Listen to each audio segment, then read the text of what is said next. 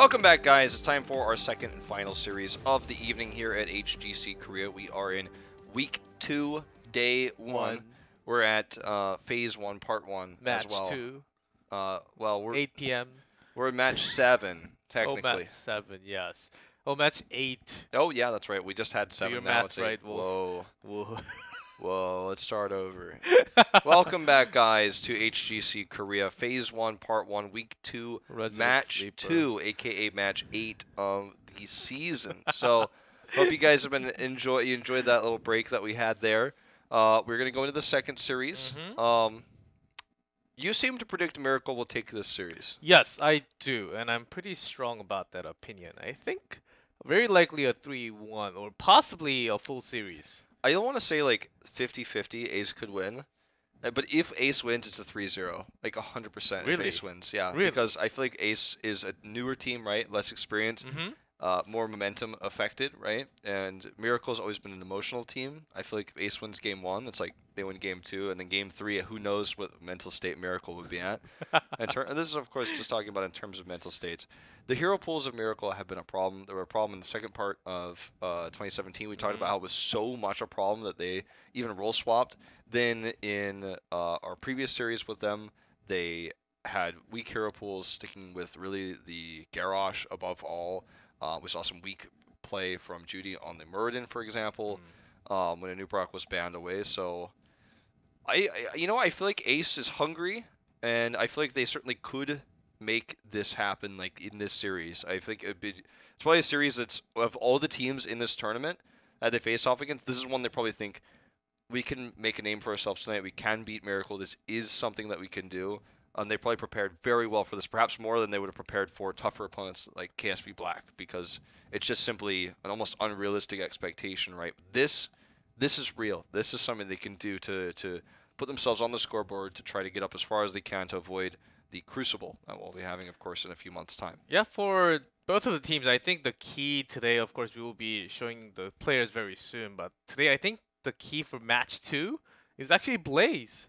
I think Blaze will be not banned, but taken away very early before the second ban phase, as I've heard rumors that Judy likes to play Blaze, Blaze a lot by far compared to the other tanks. Maybe if he does well, that can be one of his crazy good heroes to play against someone else. Of course, last weekend, Blaze was not available. He was not really having the best moment against a stronger team. But also for Gamey, he likes to play Blaze at the same time. So maybe we'll see Blaze not every single game, I think. Maybe like 2 out of the 3 or 2 out of 4 games that we may have.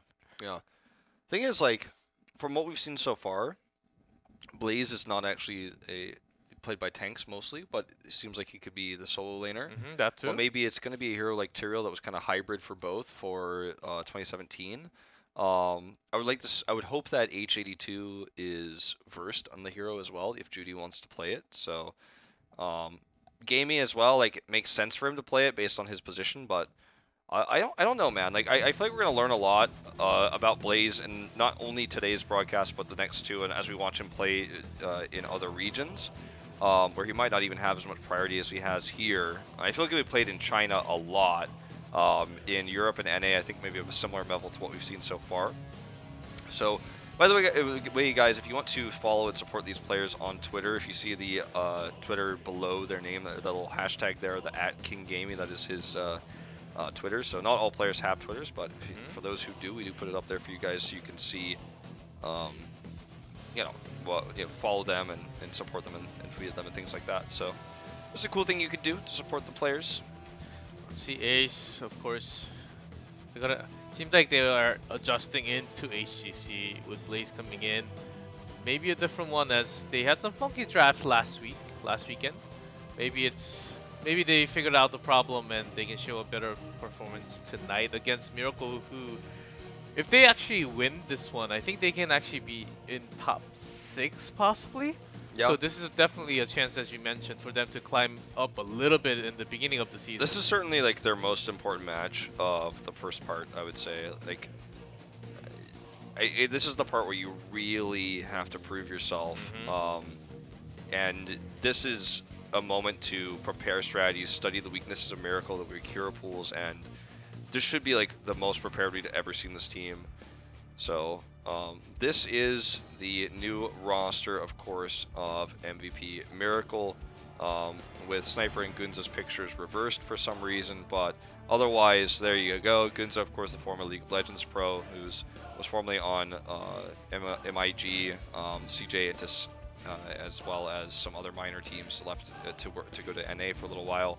Came back, is now a Heroes of the Storm pro, and also H82 yeah, and Judy's yeah, picture was the names were just all wrong on that one. So well, you guys know their faces Yeah. and what they do, which hero they like to play on. So only Jaehyun was right, and then Yeah. the other side, the left and everything the right else were was reversed. Yeah. Exactly.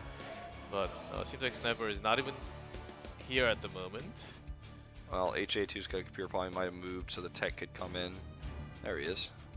All right, so I know what he said. He just said, I could tell what he mouthed, and what he mouthed in Korean was, "Oh, I'm real tired."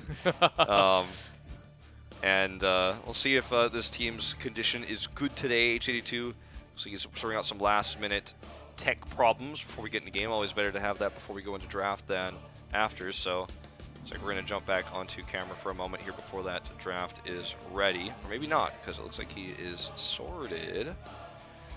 So in terms of map picks, like I feel like against Miracle's experience and playstyle in the past was always to take early advantages. Like their early game is very strong.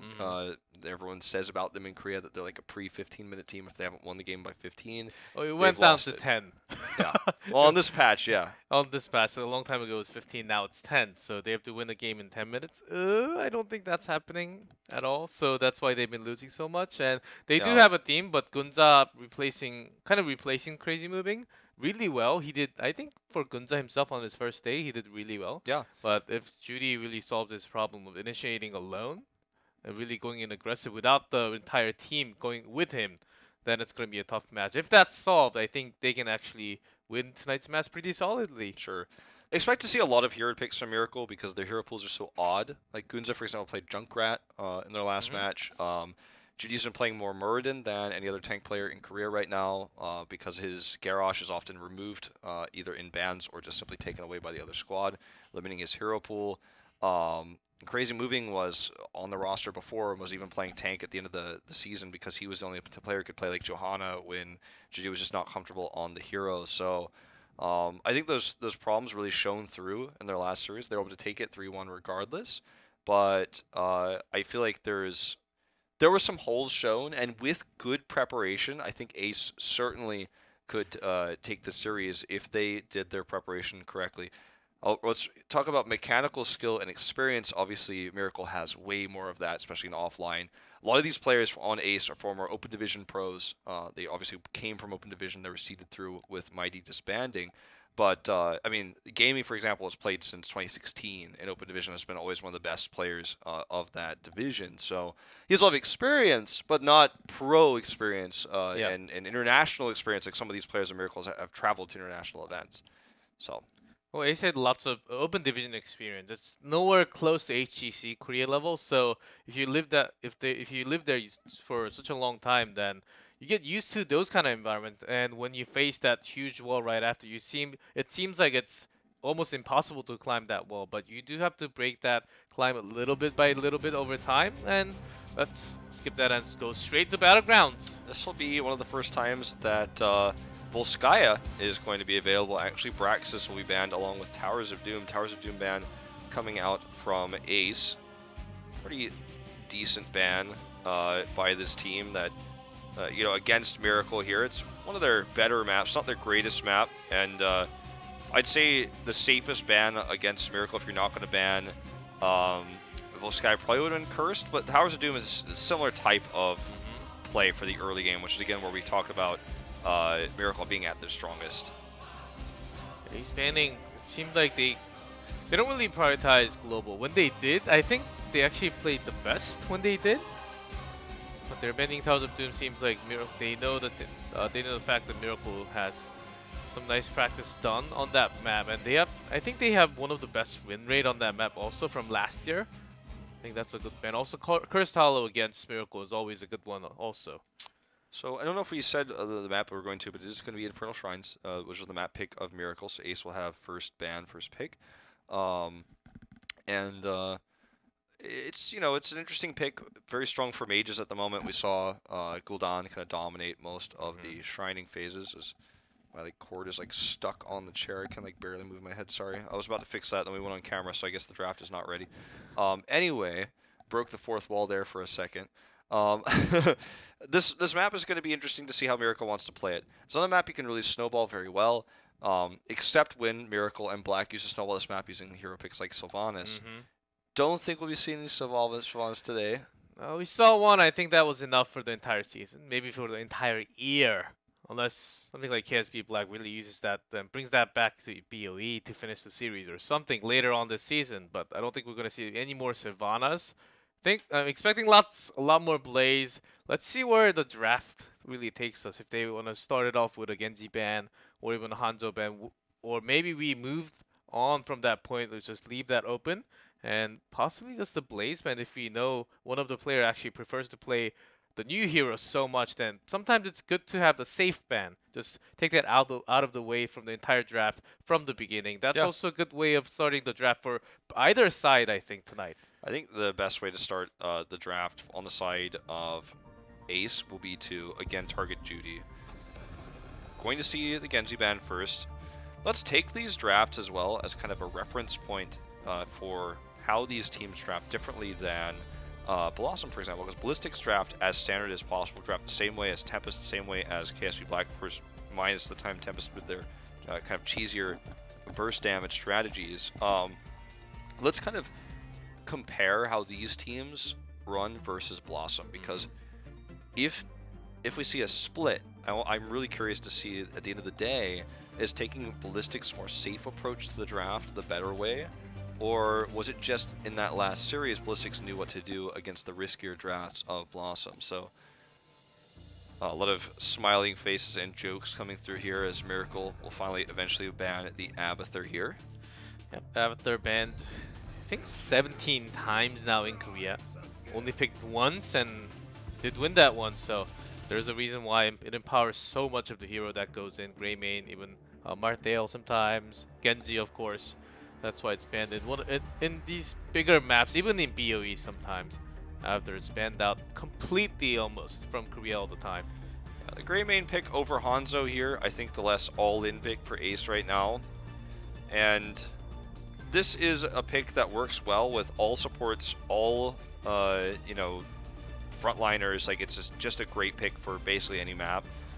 Camp control is obviously really good for this on this map. Now, Miracle... Uther has been picked in first rotation every map, and we're not going to have an exception here. Greymane, Uther and Hanzo was picked only once by Ballistics in the previous map against the Anub'arak first pick. This Uther pick gives them flexibility against any type of dive, even the Sonya that we do see locked in here now for top lane control. So let's see which direction Miracle wants to take this draft now, because now we have to answer questions like, what will Judy be playing? Will Ace remove a warrior here because they did not pick one, whereas other strategies against Miracle previously were to pick a tank in this rotation, ban a tank, and then Judy is left with the heroes he's uncomfortable with. So Tyrael removed, but this next ban is the most interesting one for Ace. Like, what will they remove? Not only it empowers Ace's team comp already, Judy can't really play that much Tyrael. I think that's one of the stronger ones. If Tyrael can actually be a good card for Miracle, of course their comp is already a little bit away from the Sanctification with Hanzo. It can still work, but it's mainly because Judy's not comfortable playing on Tyrael. I think that's the biggest reason why they banned that out. It also screams a bait to me. It's trying to say, like, ban the Malthael. If you don't, we'll pick it. And that's going to be our matchup against the Sonya. But Ace looks to do the warrior ban we were talking about, removing Anub'arak. This was done almost every game against Miracle so far in this tournament. Everyone's sticking with the same strategy, the same style of targeting Judy. Now this forces Judy to play ETC, very likely, or maybe the Muradin. But EDC is the most likely case. Now, they have Uther, and they've already banned the Tyrael. I think this makes the best solo laner for the job, unless they want to choose Dahaka for global, which I think would be risky in this case, especially given they have Rhaegar who's got Cleanse. I think taking the Malthael here is their best bet. Malthael with Uther, they've already banned the Tyrael away. And they can bring it, they can choose Judy's tank here and save the 5th DPS pick for flex. Now, will they go through the same line of thinking? The Tyrael highlight, or sorry, not the Tyrael highlight, the lack of like the Malthael ban that they held on for to a long time. Like they were clearly thinking about it. Like might make Miracle think, okay, they're confident of dealing with Malthael. Do we still want to lock it in? Let's see. Leoric is still an option. Okay, Jaina will be the second DPS. They're saving their solo laner for last pick. Did not expect that. ETC was pretty obvious given that it's Judy. So this time they want to go for their safe, comfortable picks. Also bringing the Jaina. With the poke, I think they may actually go for another tanky one. I do see Blaze fitting in at the end because they have all the pokes, the range damage, range skill shots. Tons of damage from Hanzo and also Jaina. ETC may not be enough to peel alone. As kind of like what we saw from Ballistics in match number 1 when they were at, I believe, Sky Temple. Yeah, when Ballistics picked Blaze, it was against Dahaka with Sonya banned in first rotation. And I wonder how comfortable we will see H82 play potentially with the Blaze against that Sonya lane. It is going to be Johanna coming through here, which is a strong pick for the map, but only strong against Hanzo in terms of blinds. Still good, but Hanzo's probably going to go into an arrow build, obviously now because of the Johanna. And they have Gul'dan, so they have a great comp for controlling the Shrine, like fantastic. And they left Malthael open, but I don't think Miracle wants to make this about that. I think you're right. I think they're going to go for a tanky top laner like Leoric to look for more combo potential with the Jaina. Leoric also works perfectly as Gul'dan. Basically anything can be trapped in that entomb. Also can be used as a defensive tool to have Hanzo and Jaina make sure they're safe away from all the damage when they come in. It's kind of funny. It's kind of funny. You can also kind of use Entomb to like make sure that when the Horrify comes down, your heroes stay in one place and don't actually. You can actually kind of catch them in that way. We've seen that happen a few times in Korea. It's a pretty rare scenario, but they're gonna go with the Malthael now. This is puzzling because it feels like this draft for Miracle doesn't know what it wants to do. Is it trying to dominate the soul lane with the Malthael pick? You say yes. They banned the Tyrael. But in terms of damage, all they have is if they use Uther's Divine Shield to give Malthael on the front line, it doesn't synergize with Jaina because it's going to peel everyone away from Jaina. It's going to make Jaina more. It's going to make it more difficult for her to hit her shots. Hanzo is not going to be able to do a ton of damage in terms of auto attacks because of the Johanna. So it feels like trying to trap members in to do more damage at closer range with Hanzo's abilities, with the Entomb and things like that, and also with the Dragon's Arrow and with Jaina's burst damage would have been a better option here. Had they not picked the Jaina, had they picked any other secondary DPS like a Tychus, for example, then I like the Malthael pick a lot more. But it feels like this draft is somewhat severely lacking in its understanding of its identity. And now that we head into this game, I feel like Ace has a draft that's great for the objectives specifically. And how Miracle hard engages, especially pre-10, I don't know the answer to that. I don't know how they will fight this that has a strong front line that's got blinds and insane clear potential. But pre-10, I think the early game is going to be very difficult for Miracle.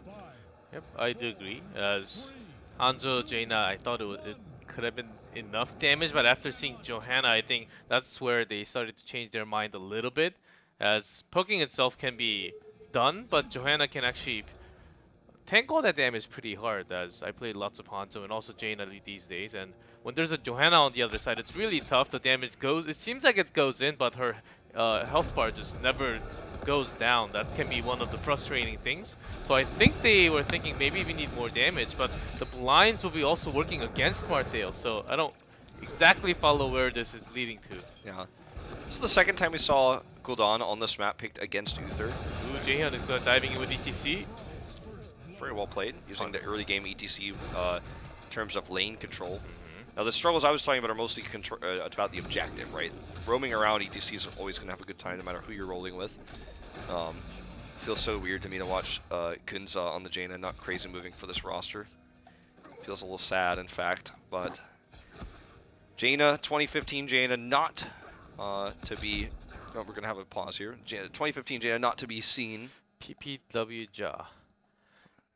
It means please pause. It says PP please. Essentially, is like PP for a second. Remember the old esports day where if you typed anything other than PP, you lose that round? That was the Kespa. You went straight to Kespa jail, man. Oh yes. Nara game? Were you casting that one? No, I was not. I was not in Korea at that time. One of the first ones where he lost the set because he typed PPP instead of PP. Yeah. Well, I think he also typed it accidentally in Hangul beforehand. Like he typed like instead of PP, and then he typed PPP. It was like the double Could you whammy. even chat? Because back then you couldn't chat in Korean. Was it after? I guess it was after that era. I think that was after that era then. I don't remember that specific game. Well, it wasn't much of a game, was it? He simply lost the game after typing PPP instead of PP. Look up Brood War PPP probably on YouTube, and it'll probably come out, or like maybe Nalra Pause Loss or something like that. It'll probably show up if you guys are curious about some ancient Korean esports history about really technical rules. These rules were implemented because players were using chatting as a distraction to distract players. So basically, they implemented these rules so that the only things you were allowed to type in chat were to communicate with the ref that you needed a pause, which should be indicated by PP, or to officially surrender in the game, typing GG. Typing GG in StarCraft was the same as signing a contract saying that you accept that you lost the game. Yes, basically. And so that was you were forced to write it in that way. And in fact, writing GG in Hangul in Kespa sanctioned tournaments was also illegal. You would have to write it with English characters because that was the rules. Like that was basically the official way to surrender was to type GG. Very strict back then. Like leaving the game, even though it would give your opponent a win, was like less official than like typing GG. It's also it's also kind of BM, isn't it? To go out of the game without saying GG, right? Yeah. You always have to type GG and then go out right after. I think the rules were a little bit less strict if you didn't type GG, but almost nobody did it because it was like a really rude thing. We've had all sorts of in esports interesting understandings of politeness and courtesy. And if anyone's seen the recent London Spitfire players' gestures made towards camera yesterday, and I'm not talking about the player gesture, I'm talking about the other one. But anyways, we're back in game. Yeah, we all need profit. Yeah, that's where we're going in. Miracle did get the first blood, and Ace are off to a weird start now because they were forced to rotate down after the initial kill. I guess they were playtesting for a few seconds, so who was the one that died initially? Maybe Gul'dan? Oh yeah, it was Gul'dan, it was Witcher. So Gul'dan's already back in lane. They do have the wave clear though, and in terms of wave clear, Miracle, Ace both are pretty okay. Yeah, they're both decent. In terms of camp control, because there's Sonya for Ace, Greymane, it's excellent. Hanzo, of course, and Martel, that's going to be okay. I think they both control okay wave clear, or pretty fast wave clear and camp control. But when it comes to the Shrine, when it comes to the actual team fight, can ETC peel so much of all the damage when the Poison Spirit lands on and when the Corruption damage lands on ETC? Is Uther heal enough for all of them? That's going to be my problem. Yeah, that is a concern, right? So this is a very common gank. Greymane has taken the place of Muradin, as Muradin's not as meta right now. Gul'dan died again? From Hanzo's, I guess, yeah, he died in lane. Hanzo killed him solo in lane.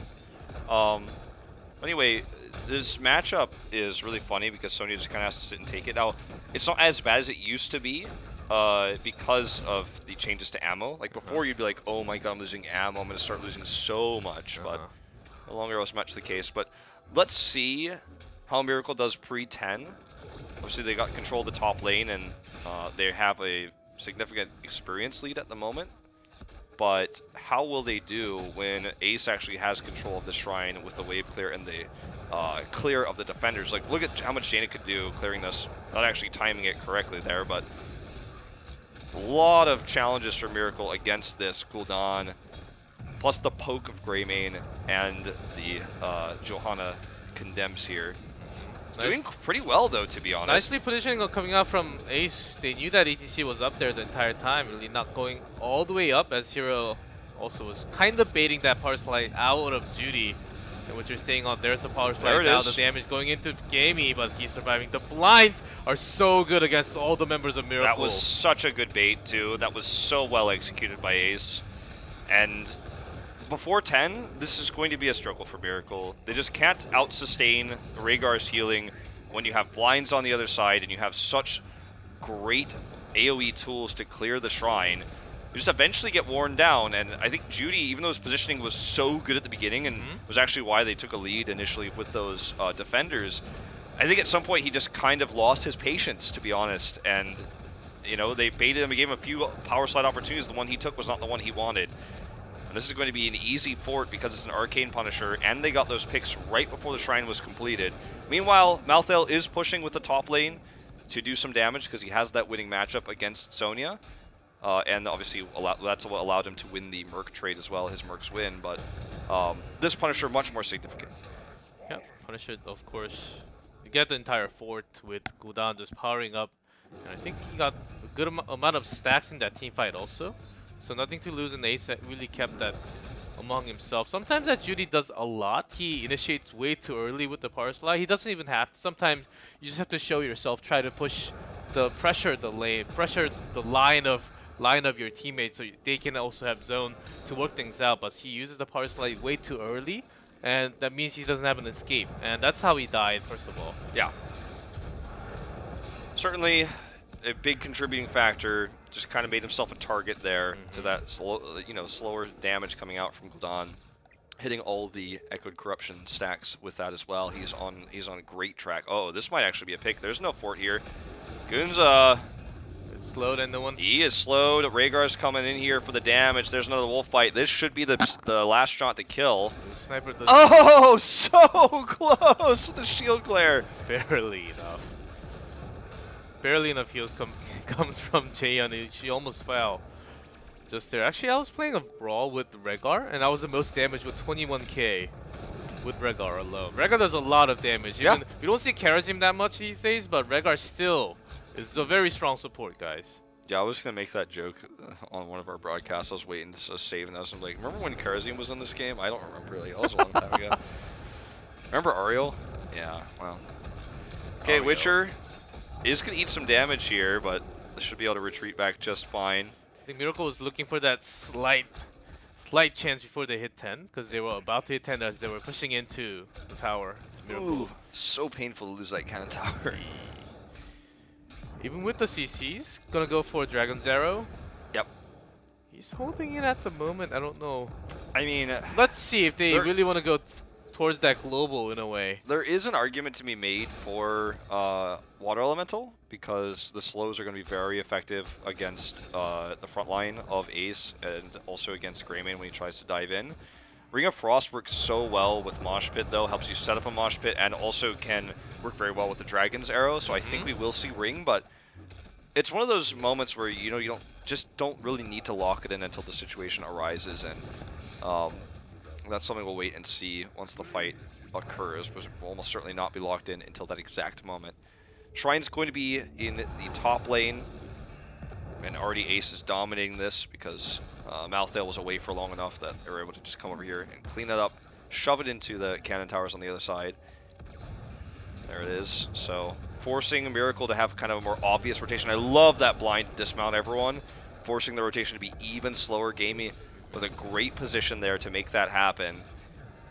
All right, it is going to be Water Elemental. He actually decided to go for it, so wants that longer sustained fighting ability, but it's not really the strength of this comp for Miracle. It was slow, and in terms of zoning in that small zone, I think Ring of Frost was a better decision, but look at that damage coming out from Hanzo alone.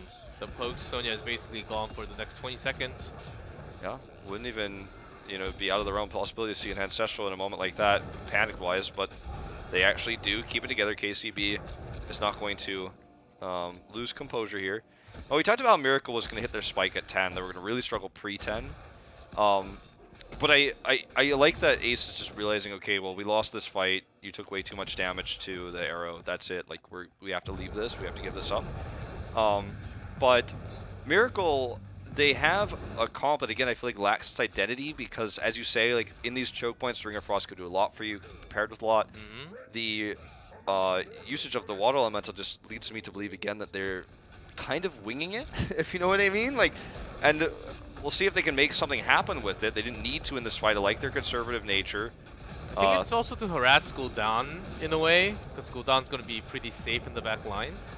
Let's see if that works out. They're going to take this fort. Blessed Shield committed here just to try to buy a little bit more time, I guess, but certainly not going to get a pick. Meanwhile, H82 is threatening this mid lane. Miracle wants to get more than just a fort. They want to get this cannon wall, or cannon tower wall if they can in mid lane. Meanwhile, Sniper's Hanzo has been pretty good. Effective auto attacks, not really getting caught at all. There's not much CC. When the Blessed Shield is out, basically you're free to do anything, except for when Sonya's nearby. So you can do all that poke, and just his range for the basic attack is also pretty long. It's not really too fast or anything, but the damage is insane. So that's why they all go for Redemption, even though there's a blind on the other side. Yeah, it's actually a little bit surprising to me, but when you see it in action, the blinds, you know, are only temporary, and I do feel like we're seeing Gamey use the blinds very intelligently, not for the fights to start them, but actually to dismount and things like that. So sometimes it's on cooldowns, and that can come back to bite him, as we've seen already. And Miracle's just trying to dominate the push right now. Malthael is soloing the camp. They have the Impalers pushing. No more cannon towers here. Impalers will get cleared. They're already gone and get another one. So Ace needs to just remain composed in this next fight and make sure that Hanzo is not given the ability to do free damage. Use their CC heroics correctly to prevent those commitments to the slide-ins from Judy, the damage that comes right afterwards as Hanzo. Be the initiators. They have the best initiation of these two comps, and they need to use that to win these fights effectively. Let's see if they get the chance to do this. If they lock out Gul'dan and eliminates him instantly, because I think they do have enough, more than enough damage and control. Oh, see the rotation here. Oh, Jaina showed herself bot as well. Like, this is actually really smart. Like, Jaina was missing for so long that they're just like, this seems like a free kill. Yep. There you go. KCB gonna go slide in there with that wolf bite to finish it off. Jaina's been bought for so long, and overextended was H82. Good punish play from Ace to tie up the kill score. They're going to take this opportunity to invade this camp to try to put some more pressure on this losing matchup in the top lane to actually finally start to damage that fort. And Hanzo is away, and they realize it by the minion wave on the bottom, so they can't. They know they have the 100% win on this camp, and they know how to snowball. Even though they just came into HGC, they know the rotation. They can take advantage.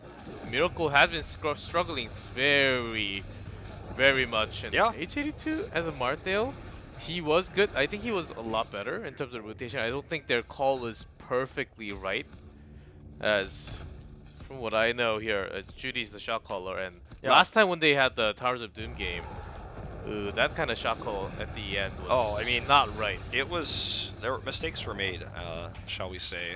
I feel like in watching this game unfold, I feel like Miracle is playing the epitome of greed, trying to have these players in the soul lane while then also defending their camp while also one of their players is dead. I'm like, so you're going to 3v5 the camp? No, of course that's not going to work, right? But trying to do a little bit of everything, and I think their comp was like that as well. It's like, well, Jan's really good, but we can get Malthael, we can dominate the soul lane, but like we have this combo potential, but we're still going to take Water Elemental. Some indecision, but some greed, and let's see if they can initiate the fight. They have the advantage in terms of positioning at the moment with Judy at the front. He's blinded, but at full health, so could definitely make a power play here with the Holy Cow move coming around. And Witcher is just throwing out Qs right now. And there's his Echo Corruption finishing, so that's a lot of extra damage. H82 is caught again, does get the Divine Shield and pops the Tormented Souls. So much damage coming out from Malthael, and that's why Malthael Uther is always a comp that needs to be considered. Rush here, looking for the dive, does get the kill onto Uther, but at the end of the day, it's going to be a 3-for-1 trade. And, or sorry, I got the kill onto Jaina onto Uther. It's going to be a 3-for-1 trade. And a 1 Punisher for Miracle. This is their gateway to a victory here. Even before Marthael went in with the Divine Shield, they had so much poke from Jaina, and Jaina died after all that burst. So Jaina did all her part and then took out 2 almost. And Hanzo and the rest of the team just had to clean that up. Really a big miss onto Ancestral. We see the Ancestral, this is a big problem for KCB. He was late all the time, even last match. I think he has to be a little bit concerned about his timing here. as maybe he needs to press that from the beginning of the team fight when there's a burst onto a target. He needs to realize it and have that mouse key onto your teammate right away and press that R button. Yeah, there's the threshold for Ancestral is one of the more interesting heroics to like think about how it's used, because you have to understand how much damage is being taken onto a target to make sure you get the maximum value out of it, because if you use it too early, then you don't get as much healing as you would have liked. If you use it too late, target dies. So understanding that threshold and the casting time takes a lot of experience, and players like Nasong very rarely miss. We saw a miss from Nasong earlier, but even Nasong will miss, and we saw KCB miss several times last week as well. So it's starting to become a little bit of a worrying trend for him with this hero. And we don't often talk about players being bad on specific heroes, but we talked about Judy's weaknesses on tank heroes, and now we're talking about KCB's weaknesses on this support specifically. Miracle in fantastic spot, though. They played it safe. They did not try to overextend with their Punisher win. They took the camps, and they're just simply going to play carefully at the moment. Play a little bit less greedy than they were earlier. Oop, that's a horrified kill. Getting caught again, alone in the other lane. Had he not been Divine Shield in that last fight, he would have been the first to die as well. Lucky that Uther was in range. His positioning has been a bit questionable today, but here we go. Judy caught here. KCB coming around for the slow. Very well done. Good totem there. They're not going to get any more picks, but still a win for them. Not sure about that, Condemn. But well, good chase. Yeah, good chase from Ace. Well, Judy almost went down without the cover of Uther. Without the cover of Uther and blinds, I think Gamey has a pretty good understanding, and the timing of the blind especially. Yeah. Look, I mean, I think the comp for Ace is spot on, and the movement that we see from them to punish players like HGC2, the movement we see to see them punish with the Hanzo play earlier, where they looked for the pick, didn't get it, but forced a huge rotation from Miracle, is very well executed. The preparation is there, and Miracle has won these fights. Well, realistically, they only won one major fight. We had like even trades otherwise. They won it through the Malthael with the Divine Shield in perfect positioning. If anything else was different, Ace absolutely had a chance. Now, Horrify is up. Miracle should be careful not to just walk through that line of sight blocker in that choke point. They are going to split away. Very well played there. And they're just looking for this level 20 going into the next shrine. That is what their game plan is. That is their goal. To win this shrine may mean to win the game. There are no forts left on the side of Ace, so next Punisher, regardless of spawn location, which is in the mid lane, of course, we can check that now on this patch, is going to go directly to the keep. And there it is, 30 seconds. Until that's up, they should have 20 by then. Look at Malthael in the top lane, pushing hard, looking for that here. And that's going to force someone to rotate over and deal with it. Let's see how long it takes. Ace still needs quite a bit of time to catch up to 20, as Miracle's about to, as the extra wave. They push the waves so much, they can't really get too much XP out. Only the top lane is going to be handled out. They're looking for a pick onto Judy in the bot lane. They just barely missed him.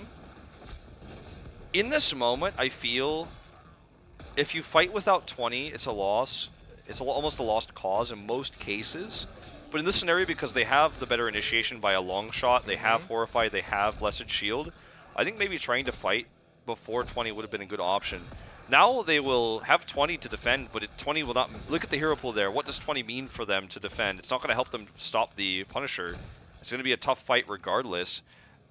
Gamey's kind of looking around, they're moving around trying to maybe see, can we pick somebody, or are they playing greedy, but Miracle just simply is not playing greedy enough. Now they're going to have 20 in a second, but it may just cause them to lose the game anyways. They have to have a perfect team fight. If they lose anyone, they lose the game. And they barely get 20 in time regardless. Okay, we're going to have a pause. It's about to get cray-cray up in here with all these pauses. And it's like, yeah, like we're about to win the game, but like, hold on real quick. Looks like it's an H82 issue, maybe. Like, I died too many times alone, and I feel lonely. He's like, can I actually I did lock in Malthael. I didn't hear them telling me to pick Leoric, but I won that team fight, so I don't know why we have a pause. I think it's some static issue with the headset, possibly, because he was pointing at the headset. See, bringing a new headset. See, we're guessing right now. You and I, man, best guessers in HGC. Yes, even in draft. Yeah. We're the best. I know, but Ace, they have a good chance of defending it. I think about the time the Punisher comes along to the keep, I think it's going to be punching on the keep as they hit 20. You have to pick your battles, right? Because on one hand, they could have fought without 20 against really strong level 20 heroics on the other side. Notably like Malthael, Jaina, Uther. But on the other side of the coin, now they have their 20s, but they don't have any 20s that, like, I'm sure Orphi's upgrade is amazing for Gul'dan, and it would really help out in a sticky situation, but now they're fighting this battle where they have to fight against 5 with 20 and a Punisher that's looking to disrupt and stun their composition. So what's the better thing? Is to fight on a shrine when you have great shrine control heroes and initiation at 19 versus 20, or is it to wait for 20? Because the in-game it says, like, the enemy has a storm talent tier advantage. You know, that's like the thing that everyone always feels, right? Like, they have got 20, we cannot fight. Like, you'll read it on Reddit, your friends will tell you, like, I don't want to fight this, like, we cannot fight this, they have 20. But sometimes, actually, I think the hard choice is to make the fight before 20. And in this case, we don't know the answer yet. Like, neither of these answers are absolutely correct. I'm just arguing the pros and cons as to what they could have done versus what they've chosen to do. And when we go into this next fight, if the Punisher is what gets the first pick for Miracle that causes them to win the game, then we'll know that maybe fighting for, beforehand without 20 was the better option. But get out of there, Cup.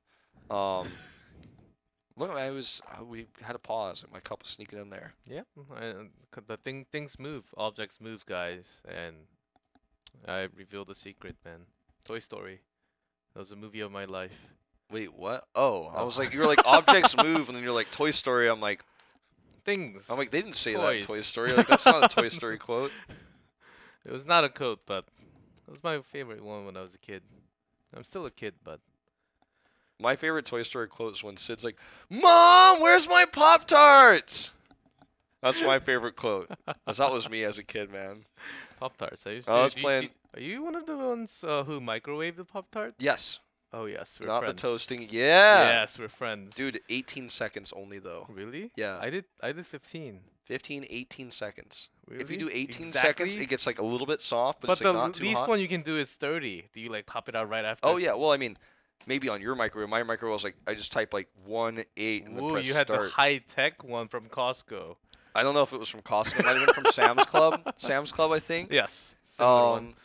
Yeah, we got it on discount. Before Black Friday was a thing, probably.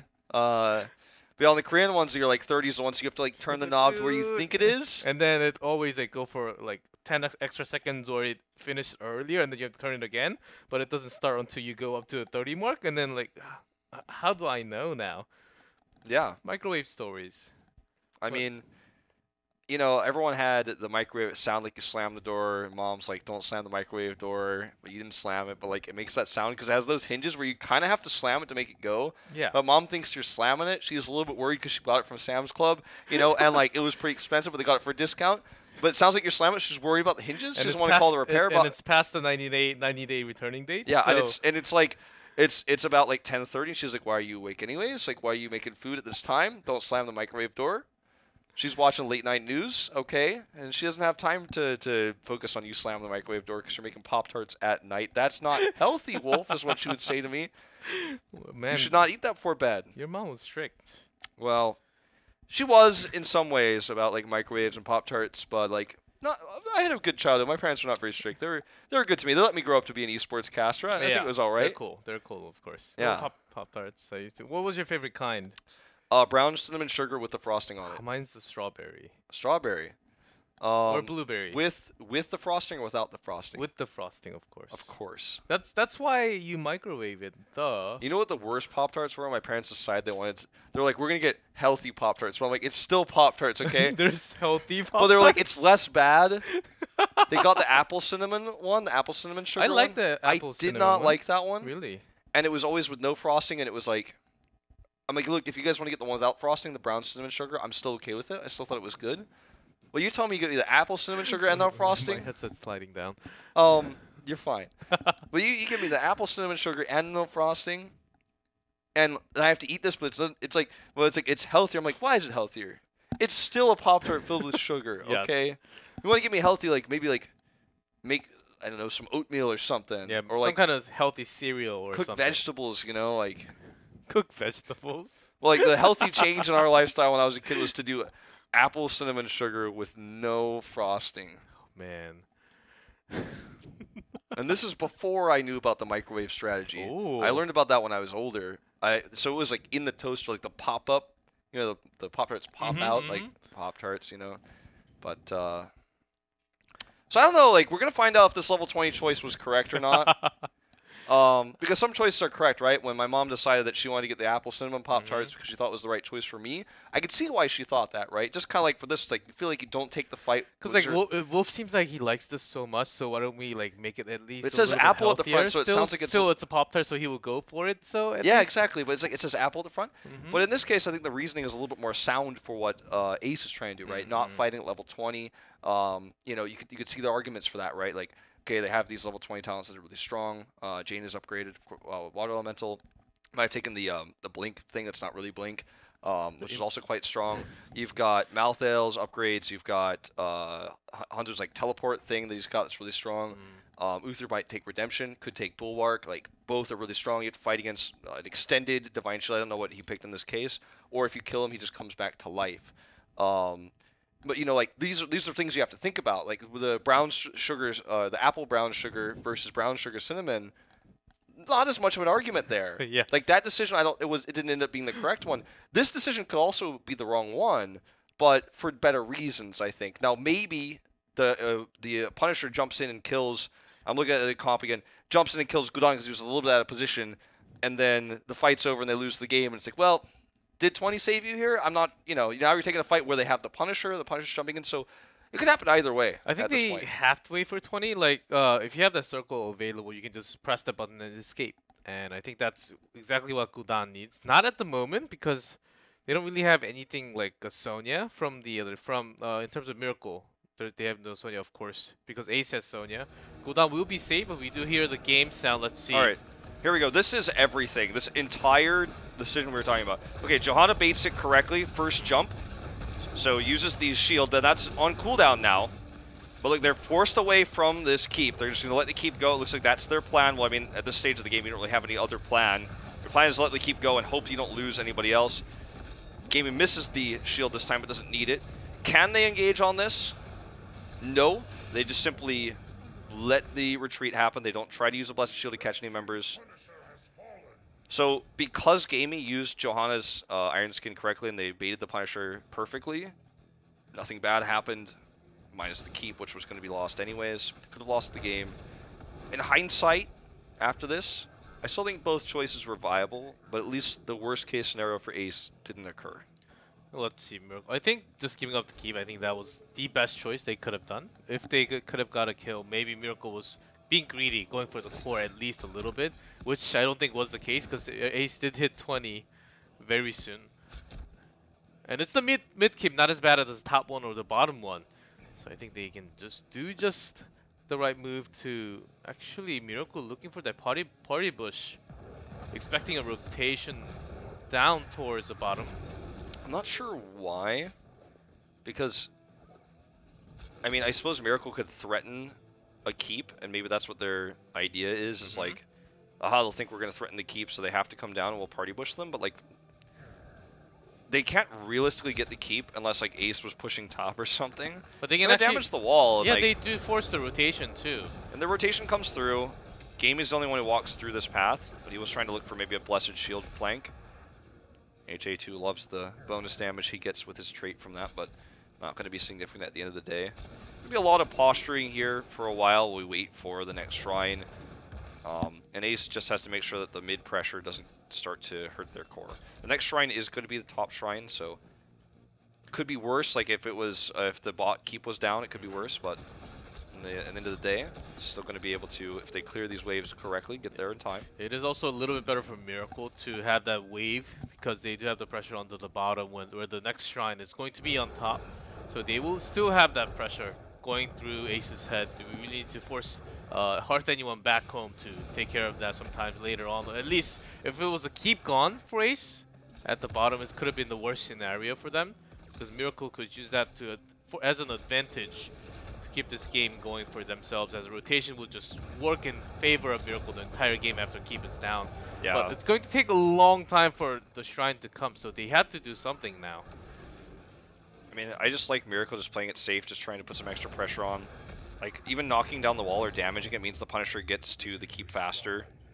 Gunza's going to play it risky here and take this camp. Now, they do have vision control in mid, so look at where ETC is positioning to allow this to happen. Never do this in solo queue unless you have someone like Judy to actually spot this out. Look at Judy. He's like, okay, they know this is probably happening, but I'm scouting it. So they were actually fine. They get both camps right before this shrine, so very well timed by Miracle.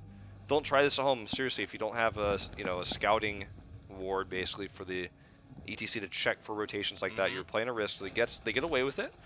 They start the shrine, and now Ace has to collapse onto this position. Remember, they have really strong initiation.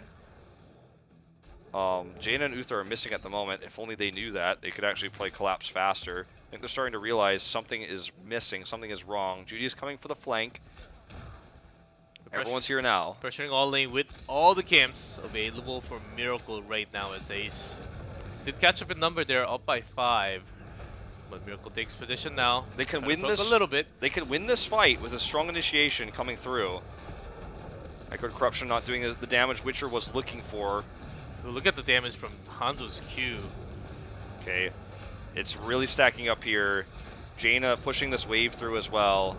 Water Elemental has expired. And we are looking at, this is the opportunity. This is what Ace needs. Nice face melt there to push Gamey away. Miracle's taking this slow as the camp is pushing the bottom lane also. Ace is having that pressure now. They realize that... Yeah, they need to make something happen now. They cannot wait. Here comes a power slide. Sun goes through. This time we do see that connection of the Ancestral Healing. Sniper, very low, does survive here. Mosh Pit, it's a triple! Insane, but Grayman actually takes both of them now with the go for the throat. He did all his job, but all the members Core are so is going low down in HP. Seems like Miracle can just push this one out all the way. Yeah, the core is going down as well. A disjointed fight. Macro is controlled by Miracle, and they let the keep go, and that's actually what's going to lose them the game at the end of the day. Sonya's dead. Looks like Gamey will clear up the catapults, but Miracle, all they have to do is press A, then click on that core. They could take their hands off the keyboards. This game is over. Miracle, the hard-fought win here in game number 1. Compositionally, they chose a draft that didn't really have an identity, but they played it safe, and they did not fall into the traps of the initiation of Ace. They win game 1 here in a 24-minute game, 9 kills to 6. As we went to that Supreme late game. And sorry about the pause earlier, guys, but we're through this game now. I'm sure with all the issues, the technical issues are resolved now. Let's hope that Miracle ends up with a draft in this next round that is, I feel like, better themed, because I felt like that was the weakness of their comp. It just didn't really have a solid direction it was going. I think they just had more experience. Because of that pressure, I think they could have won the team fight even.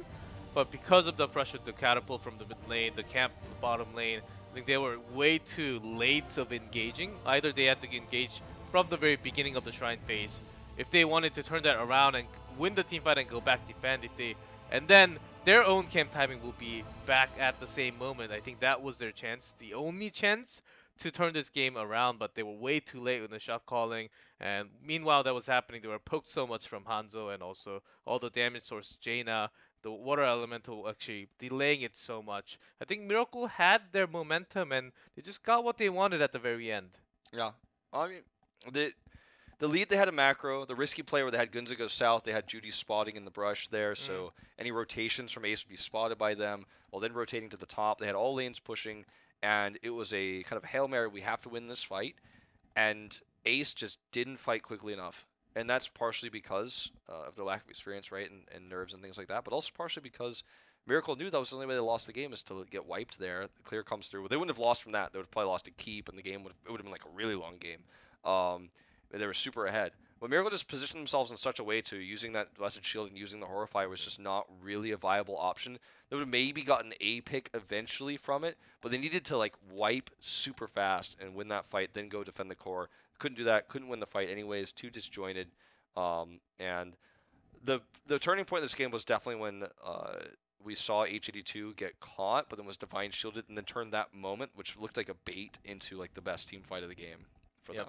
That was good, and HG2 did get caught in the while he was off to the other lane split pushing actually twice, and that was not the best movement for him. But actually, Ace having that rotation, catching him a few times, that was one of the good ways of coming back into the game. I thought it was going to be a lot tougher for them going against Miracle. Seems like their rotation and work and knowing what to do with the CC, just enough damage, just sending the right resource to take the kill. I think they have improved just within a week for now. And game one, it was not one-sided at all. It was very close. Even though Ace was losing lots of team fight, a Miracle could not really. They had a hard time finishing that. If they did not have all the camps pushing in, I think Ace could have actually delayed a little bit longer, had their chances higher of winning set number 1. But let's see where set number 2 takes us. I think they can. Their drafting style seems okay. In terms of draft, I actually liked Aces a lot more compared to Miracles. Yeah, I feel like Miracle's draft didn't have a theme. Ace's draft was strengths for their hero pools, and it was objective based, had strong initiation, and was used to control the shrines.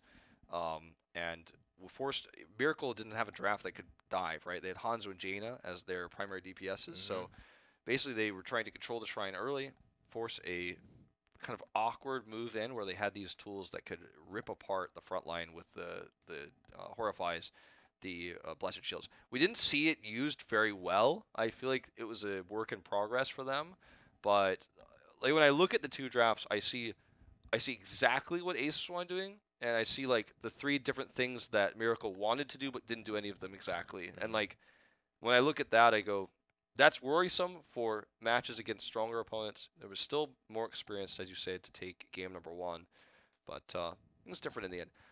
We should be having game 2 up in just a moment, guys. I think that I spoke maybe too soon when I said there were no more technical issues, because we normally don't have this much of a break before we go into the second map selection and then go into the second draft. So not entirely sure what the reasoning for that is, but we'll find out very soon, I'm hoping, as to what's going on. Now I want Pop-Tarts, because I never had one in Korea.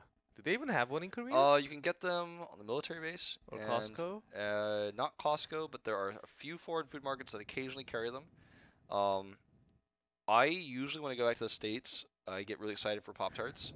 And what I'll do is I'll get, because they sell Pop-Tarts, when we were kids they didn't, but now they sell them in those individual wrappers. So you can buy Pop-Tarts like... Really? Not in a box? Yeah, you can buy them at like the gas station, like with just one individual wrap one. Ooh, nice. So I always see that and get really excited. And they always have like not the ones I like though. They have like s'mores for some reason. I'm like, okay. S'mores are okay too. Chocolate chip is okay too, but it's like... Anyways, take that back to my hotel whenever I'm traveling internationally. I'm like, yes, it's been like a year since I've had a Pop-Tart, since last BlizzCon. And I eat it, and I'm like, this isn't that good, actually. Why did I care about this so much? But then I forget for a year, and then I'm like, no, this is the greatest thing. And I eat it, and I'm like, no, actually, it's not.